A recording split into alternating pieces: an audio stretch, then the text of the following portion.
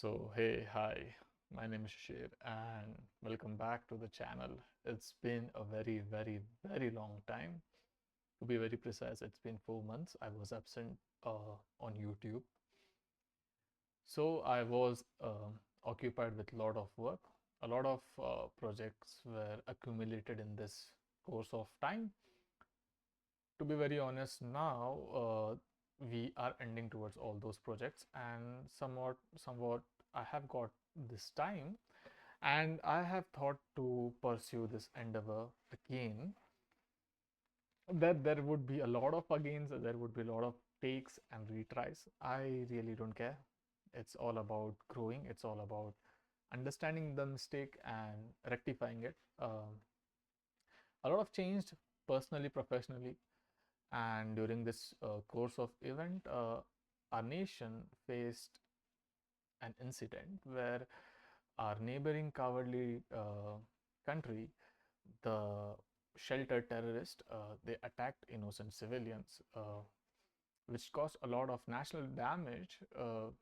In this process, India launched an defense operation called Operation Sindoor, where our brave Indian defense lineup, uh, which were guided by two brave Indian women, they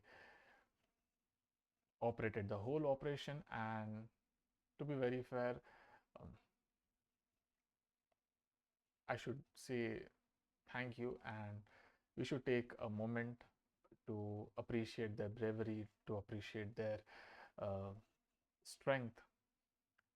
This was a really hard time, but their strength, their resilience, and the unity of nation showed that we are not going to tolerate any kind of nuisance from terrorists or any kind of bashing from terrorist countries.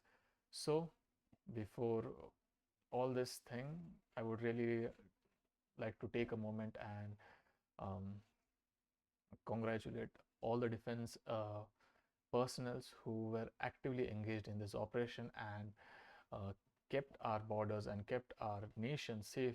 Thank you for your uh, service and everything. So now when we are back, let's try to make some content and see where it goes.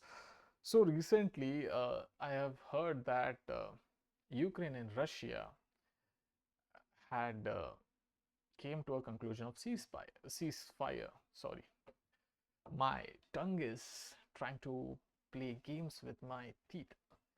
It's trying to flip here and there. But anyway, I have heard that Russia and Ukraine were about to ceasefire, but it didn't happen. So we are going to watch proper news from the news called Firstpost, which is Palki Sharma's channel, and I'm just waiting like what is going on. So we'll just directly start with the news and let's go.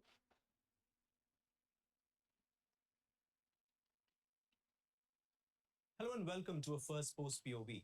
Just one day before the second round of peace talks between Ukraine and Russia in Istanbul, the Ukrainians launched a massive drone attack on Russian bases. These bases were not located near the border, they were located deep inside Russian territory, one of them in Siberia, the other in the Russian Arctic. Ukraine claims that almost 34% of Russia's strategic bomber fleet was destroyed. Now, if true, what does this mean for the Russian military? And what was Ukraine hoping to achieve with this daring operation? To try and answer these questions, let me introduce my guest, Dr. Anna Matvieva, who's a senior visiting research fellow at the King's College in London and also an expert on Russia. Thank you so much, Dr. Matvieva, for speaking to us. Thank you. Like I mentioned, let's talk about the motive first. When Ukraine launched that major counteroffensive in Kursk, there was a lot of speculation about why they did it. Was it as a bargaining chip with the Russians? Was it to put pressure on Vladimir Putin? A lot of speculation.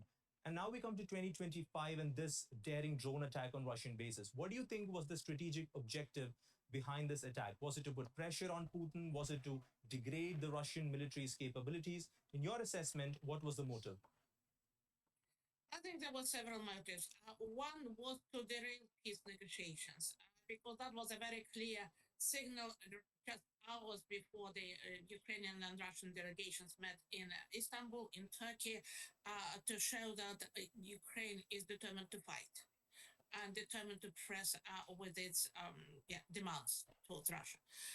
The other thing was to show to the European and US allies that Ukraine is up to fight, that Ukraine is not defeated, it has the spirit, the capability, the ingenuity. Well, the question is how much the Western partners knew about it, or how much Western intelligence was used in that attack. These are open questions, we don't know the answers. And the third point was also to boost morale among own population within Ukraine, because of course there are different opinions within society. The war is in the fourth year now, so that is also kind of a sense that we are still fighting, and we are really inflicting damage towards Russia, and that feels good. In terms of actual attack, 7 points military. So I would like to stop in here, and I would just give one thing. So this is one thing that I have been noticing for a very long time, that countries like Ukraine, or countries like Israel, or countries like other countries who are trying to, they are in the midst of war. There is this one specific pattern which I have noticed, that the problem is pretty much small. The problem is pretty much solvable. The problem is pretty much discussed. It can be discussed, and more of it. There are certain criteria for solutions where it can be solved uh, in a roundtable conference. To be very honest, there is little to zero what is it, little to 0% amount of uh, military involvement or any kind of attack. But as we know that any kind of war, it's somewhat kind of, it is kind of an huge investment. It is kind of a business, if you really see. There are war studies which emphasize on the effect of war, post-war, pre-war, the effect of it on finances, the effect of it in investments, the effect of it in infrastructure, and more of it, the investment that comes through as an foreign aid, the investment that comes in a form of monetary funds, the investment that comes in the form of foreign investments. So yeah, like pretty much if the problem is tackleable, and the problem is it can be solved in a proper setting, then we should certainly focus on the area of creating a sustainable future, not for our own selves, but for the younger generation that is budding, it's still blooming. To be very fair, when a war breaks, a lot of young civilians, young teenagers are being drafted into a certain cause. This cause can be anybody's personal agenda, it can be the agenda of your state, it can be the agenda of your military. But most importantly, there is always a motive, there is always an agenda, there is always a hidden picture behind that war. And often, when there is no certain transparency between citizens and the government, the citizen the citizens and the armed forces, they don't have any clue what are they fighting for, what is the root cause of this fight, what is the initial reason of our young blood going on the front lines of our country. So this is what, like, even if we talk about India Pakistan, India's stance is to protect the borderlines from infiltration of terrorists.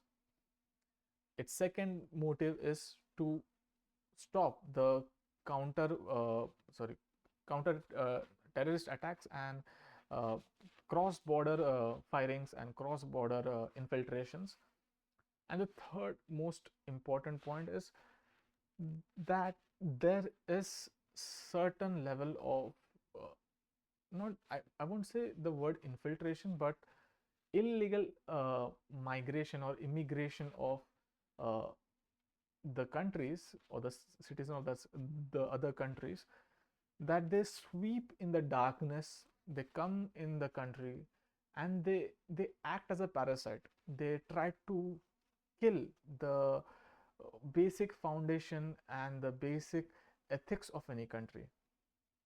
And this has been happening in India since a very long time. During the Operation Sindoor, there were, I think the number was very huge, where they found that a lot of people, Pakistani citizens, were living in India. They didn't had, some of them, they had documentation as an Indian citizen, but they were not Indian citizens. They were Pakistani citizens, and not just Pakistan. It is Bangladesh. There was a huge fleet of Bangladeshi people scouted out. They were like thrown out from Gujarat. And this is not primarily with India. This happens in larger countries like US. It happens in European countries and a lot of countries. And this is what like any country should focus on. It should focus on transparency. It should focus on the development of the citizens. It should focus on the development of the country itself. The development comes from giving proper education, proper health infrastructure, proper food facilities, proper, what you say, rehabilitations thing. There are number of factors that a country should work on, not just for development but for stopping the infiltration, stopping the terrorism, and a million of things. So yeah, like, even if we see about the Ukraine Russia thing, I think this problem is pretty much solvable if two sane minds would sit on the table and try to get their way off. Seriously. So I'm not a big expert or something, but this is what I feel. Anyway, whatever it is, let's continue back to the video. Airports in Russia were attacked. Most of them were not far from front lines. And these attacks were repelled, and two airports were massively hit, as you said, in northern Russia, in Siberia. You say that the attack was probably meant to derail the talks in Istanbul. From what we saw yesterday, there was no ceasefire deal, but there was a deal on the prisoners of war as well as the injured soldiers being exchanged. Would you say Ukraine was successful in? How does Docker help with production quality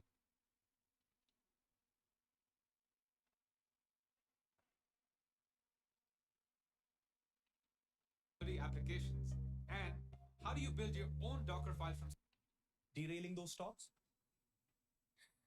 Ukraine was not successful because Russian delegations still came, and they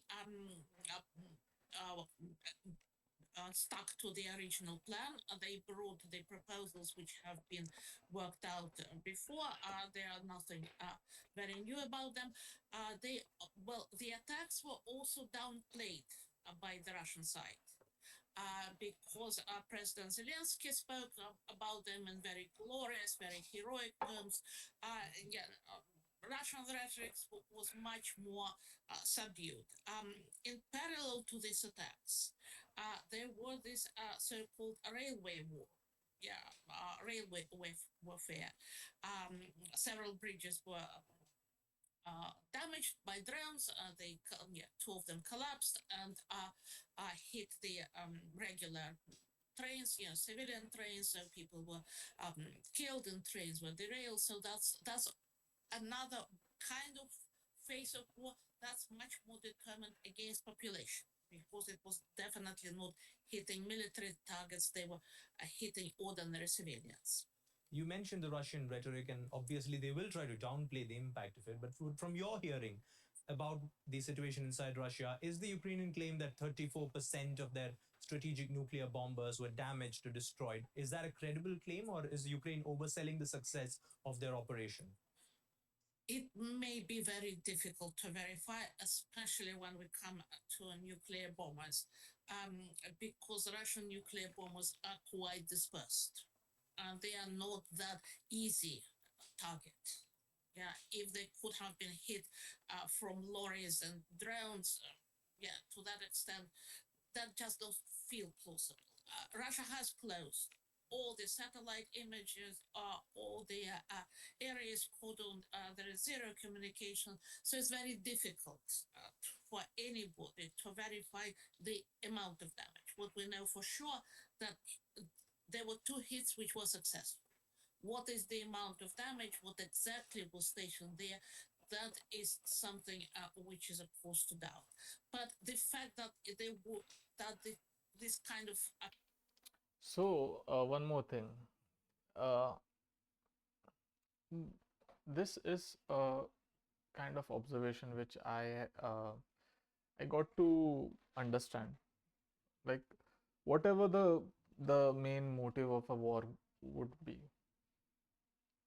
the primary sufferer or the primary party that suffers a lot is normal citizens.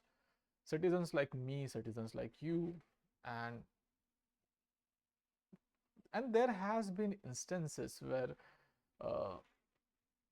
to be very honest, citizens, the only thing as a citizen, if you ask me, is that we as a citizen, we want peace, we want growth, we want development. Most importantly, we want the freedom, not just to say things or not just to see things, but to feel it, from deep, deep from our heart. For any country, when the war rages, the first thing that is affected is freedom. And to be very honest, the freedom, when I'm saying the term freedom, it's not uh, the ease of doing things or the ease of seeing things or the ease of feeling things. It's about the ease of thinking, is about the ease of choice, it's about the ease of keeping an opinion. This are the basic fundamentals of any human emotions or any kind of human spectrum of life.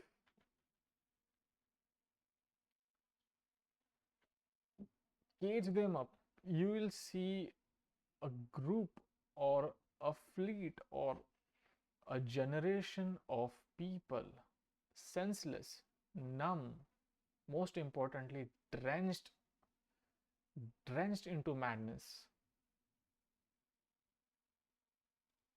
As in species, as in collective species, it's not just alarming, but it's very dangerous. It's so dangerous that lurking in that thought of being senseless, being dumb, being emotionless, being drenched into madness sends creep, sends shiver in down the spine. And looking at the situations like this war or the attack that happened in India, it wasn't the government that had to suffer. It were the common citizens, it were the common people of the country. In the case of Russia, Ukraine, the Russian citizens had to suffer the attacks from Ukraine. In the case of India, India had to suffer the price. The 26 civilians were killed. Why? God knows why. God knows why. God knows why. The whole plot of uh, having that terrorist attack was to what?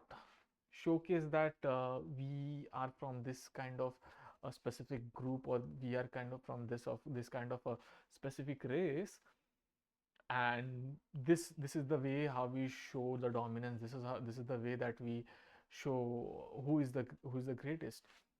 It makes no sense. It makes no sense on the basic grounds of human emotions, human understanding, and most importantly, human civic rights. And then when there is a retaliation from other party, like after the terrorist attack, India retaliated by sending suicide drones. Those drones dropped on, I think, 11 terrorist establishments, including their I think uh, their fields, airfields, and their I think industrial establishments too. But to be very precise, there were some terrorist establishment and the airfields involved in this. Yeah, there will always be collateral damage. Whatever people say, whatever the government says, that we didn't uh, this attack didn't trigger any kind of civilian life. There will always be, there will always, no matter what kind of warfare you are involved into, but there will always be civilian collateral damage. So I think this part of human psyche, where the hunger of power, the hunger of what you say, the hunger of greed, that I want this, I want to expand this, this is the sword on which I would run the world, or this is the word on which it is the ultimate truth. If this is the part that we would keep on repeating and repeating and repeating, we have already seen two world wars on this ideology. And no wonder why, if we keep on going on this path itself, that this is a sword and this is the word, this is the word and this is the ultimate truth, the annihilation of our whole species is evident. We won't be seeing the next century capitalizing the space, capitalizing or going on other planets, exploring space. It's a far fetched idea then. Why? Because we were not able to maintain the stability, we were not able to understand our own species in the context of human emotions, in context of ideology, in context of behavior, and we just wiped our whole civilization. Anyway, let's continue back to the video. Operation has been planned for 18 months, and that it was triggered right on the eve of negotiations rather than a week before after. That is not a coincidence. Would you say there was a sort of intelligence failure then? Because, as you said, the planning had been going on for 18 months. These drones had to be smuggled in first, the trucks and the wooden containers had to be smuggled in, and then they had to be put together, driven right up to these bases. We're talking about a very complicated process, and it seems like Russia missed it. Is that an intelligence failure? Yes. Yes, absolutely. Yes, like Kursk was a failure of Russian border defenses. Kursk incursion caught the Russian side completely by surprise. They did not have troops there, basically, to repel the attack. This time, most of Russian kind of defenses, and I have to say, Russian defenses are pretty strong, but they are concentrated in European Russia. They are concentrated closer to the front lines, and that's where the attacks have been repelled. But yeah, Russia is a huge country, so in that sense, yeah, the Russian side did not concentrate on targets much kind of further away, and crucially, it showed that the Ukrainian security service can penetrate within Russian society. It could find. So as this whole video is all about, that there were talks about ceasefire, there was talk about peace, appeasement, and a lot of things, but it didn't went well. And on that note, Ukraine did attacked. Okay, so there are certain findings that we usually skip.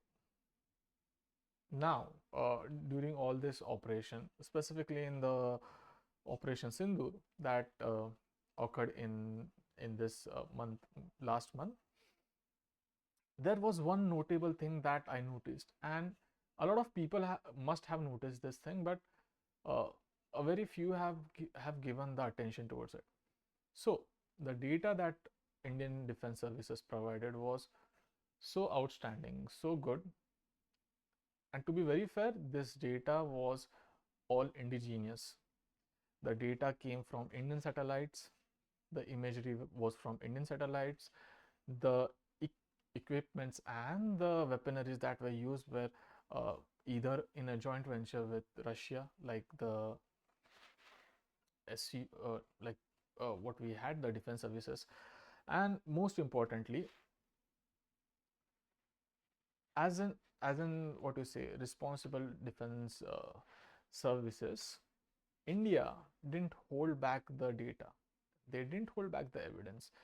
They backed the statements by this evidence, by this kind of data.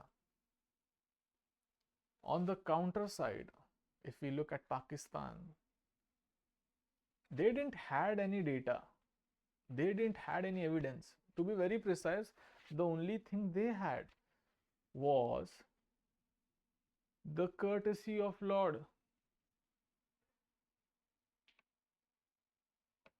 The only thing they had was ki you believe in my word, you believe in me, you believe in the mightiest judgment, which is sheer stupidity.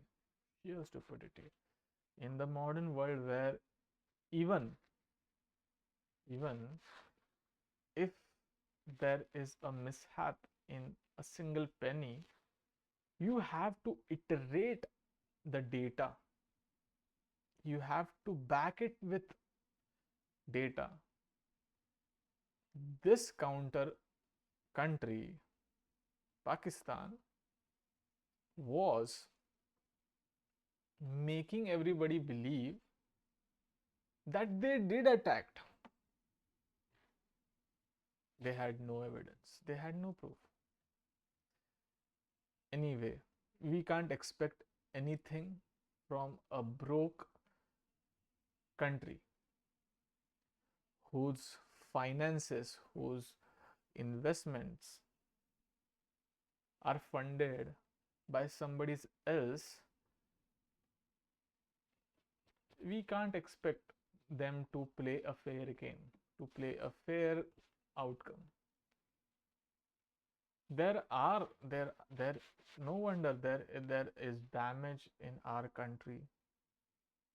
The damage is not, what you say, noticeable, but yeah, on if you go on a very minute level, there is damage.